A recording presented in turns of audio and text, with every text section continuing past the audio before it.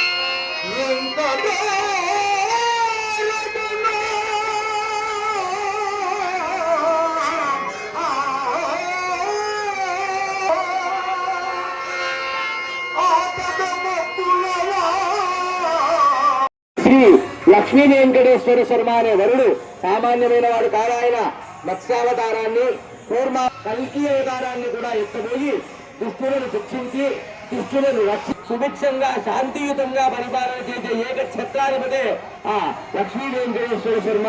అటువంటి తిరుమల వాసులైనటువంటి తిరుపతి జిల్లాలో ఉన్న తిరుమల కొండ మీద శేషాచలము, గరుడాచలము, నారాయణాచలము, అంజనాచలము అని పిలువబడే 7 శిఖరముల మీద ఈ వరాహస్వామి క్షేత్రంలో గురువై ఉన్నవాడే ఈ లక్ష్మీ వెంకటేశ్వర శర్మ.